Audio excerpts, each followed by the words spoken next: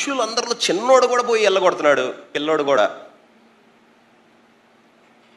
మీకు అర్థమవుతుందా ఎవరిని వెళ్ళగొడుతున్నారు? అసలు దొంగ రాజుని వెళ్ళగొడుతున్నారు. వీళ్ళందరూ రోమీల్ని వెళ్ళగొడతారు అనుకున్నాడు. అసలు రోమా యేసుక్రీస్తు మైండ్లోనే లేదు. హలో, ఇప్పుడు నిజంగా నీ శత్రువు కాదు, నిజంగా సాతాను శత్రువు అని నువ్వు భావిస్తే ఎప్పుడో గెలుస్తావు నువ్వు ఉన్న ఫైట్లు.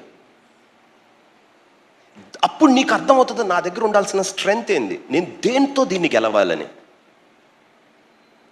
You don't have that spirit. మీకు ఆ స్పిరిట్ లేదు కాబట్టి మీరు అట్లా ఓడిపోతున్నారు. సర్దుకుందామా ఈరోజుకి ఈ వాక్యంతో? అర్థమవుతుందా? రైట్. సో ఒక సమస్యని మీరు ఎలా చూస్తున్నారు? వాళ్ళు గనక మెసేజ్ వస్తాడని చూసినట్టు అలా చూస్తున్నారు. No, you need the spirit. అప్పుడే ఆ ఆత్మ కావాలి. నేను ఆ దేవుడి ఆత్మతో దాన్ని నేను సార్ట్అవుట్ చేస్తే యేసయ్య ఇక్కడికి వచ్చి నుంచున్నాడని మీకు తెలుసా అన్నాడు.